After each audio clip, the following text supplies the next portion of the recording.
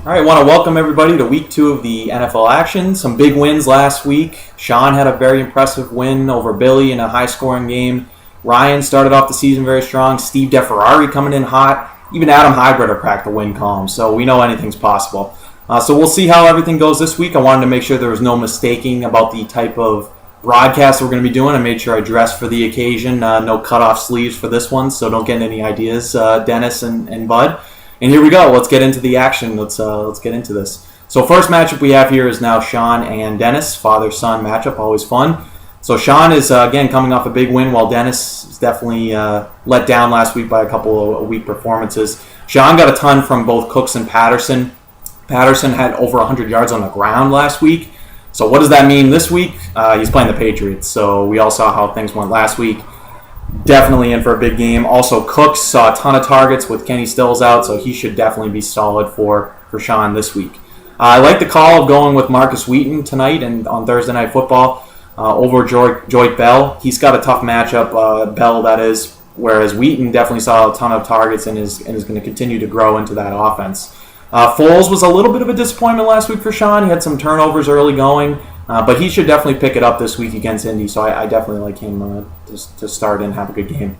Mike Wallace made an appearance for Dennis last week, and it was against Darrelle Revis nonetheless. He had a touchdown, a couple of big catches, so let's see if this is a sign of things to come for Mike Wallace. Definitely could be something moving forward that could be a good option for Dennis. He's going with the all waiver wire pickups at running back this week. Might be a little bit desperate for week 2, I don't know. Chris Johnson against Green Bay could be a problem if the Jets get down early. But we did see how they handled things with Lynch last week. That is Green Bay. Dez had a bit of a scare last week with an injury, but they're calling it dehydration, whatever that means. But he really needs Romo to step it up if he wants to have any sort of contribution this week. But the concern for me with Dennis is the running back position. West is a good pickup, I think, long term. Not sure how quickly he's going to get himself integrated into the offense. So with that, I think I'm going to take Sean to move on to 2-0. Next matchup we have is Cam versus Steve DeFerrari. Big wins for both of these gentlemen last week.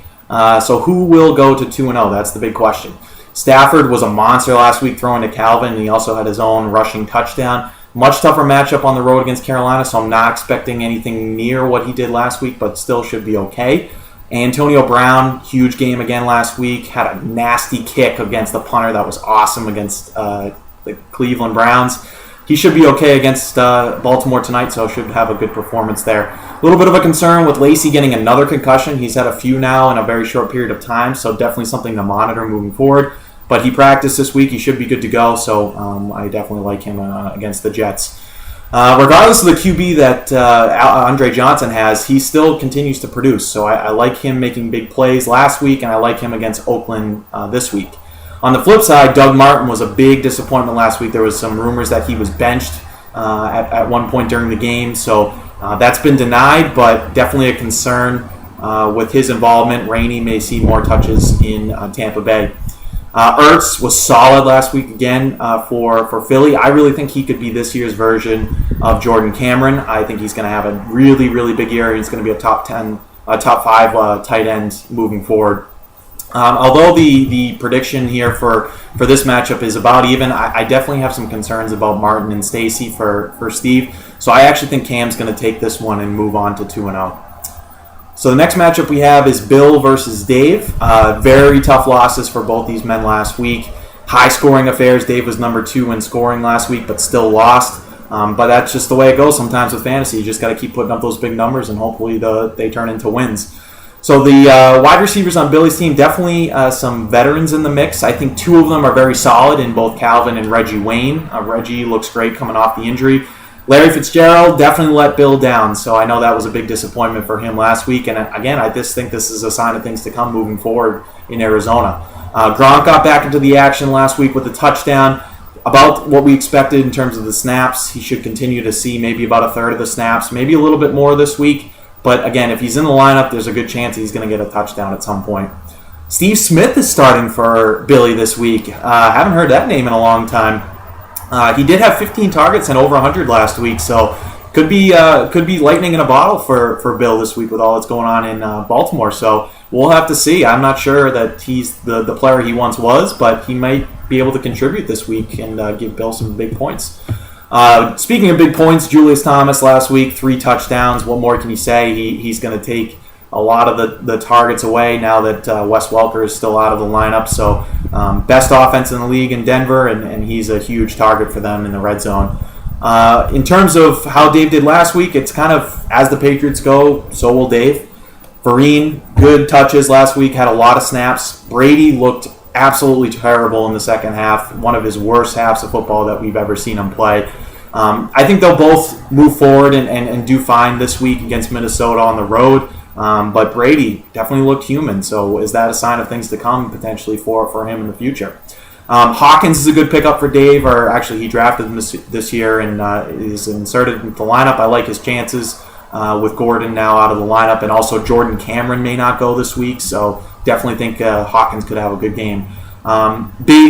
Big injury situation with Brandon Marshall. I think he's going to play, so I think that definitely is going to help out Dave, so I'm going to look for him to take this one and get to 500 with a win this week. That brings us to myself versus Bud. Both gentlemen had very disappointing weeks last week, and we'll try to avoid going into that 0-2 hole. Injury bug hit Drew pretty early in the season. Cam Newton and Ellington were out of the lineup for him last week. They're both back in, so I really like the chance of Ellington playing on one foot. He had a decent game last week and should continue to get stronger as the season goes along. Cam Newton might take a little bit longer to get back into the action, so that we'll definitely need to see how it goes.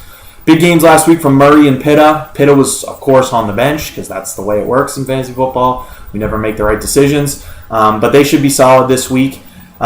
Speaking of not being solid, Jamal Charles completely disappeared last week. Andy Reid said that they forgot about him. How can you forget about Jamal Charles? That's ridiculous. You really need to get him the ball. It's your best chance of winning. So he should be better this week. They are playing against Denver, so there's a chance that they're going to go down pretty early, but he should continue to see touches out of the backfield. Aaron Rodgers was definitely pedestrian last week against Seattle, but again, playing in Seattle, that's just the toughest place in football to play. He'll be back better than ever against the Jets this week at home. Secondary there is banged up, so definitely he could get back on track this week.